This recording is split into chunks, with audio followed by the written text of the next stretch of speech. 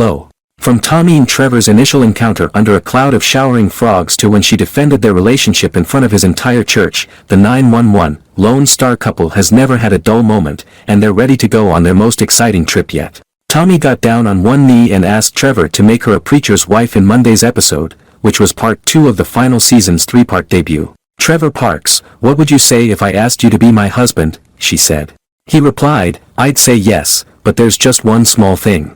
That small thing, as it turns out, is considerably greater than advertised. If Trevor decides to marry Tommy, his bride-to-be must be authorized by his ex-wife, who has the authority to terminate their custody agreement if she does not believe Tommy is suitable to be Trevor's daughter's stepmother. In a particularly moving moment, Tommy informs Trevor that she does not want her own girls to be subjected to an interrogation by a complete stranger, putting their well-being ahead of her own. This is Tommy's Casablanca episode, and she is Humphrey Bogart. Co-showrunner Rashad Raisani tells TV Line, adding that there are definitely some twists and turns to come in this circumstance, which he describes as a beautiful story. Gina Torres is Ferrari, Raisani claims. Her skill is great, and this season we simply went all in on letting her go.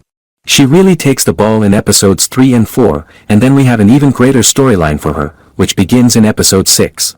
That will be her character-defining journey for this season, and possibly the entire series. This season will provide several significant developments for her character. Still unable to select Judd's replacement, Owen decides to rate Paul and Marjan based on recent exam scores, resulting in an extremely unhelpful tie. Meanwhile, Wyatt makes an unsuccessful attempt to rehire Judd, and Judd seriously considers becoming a truck driver.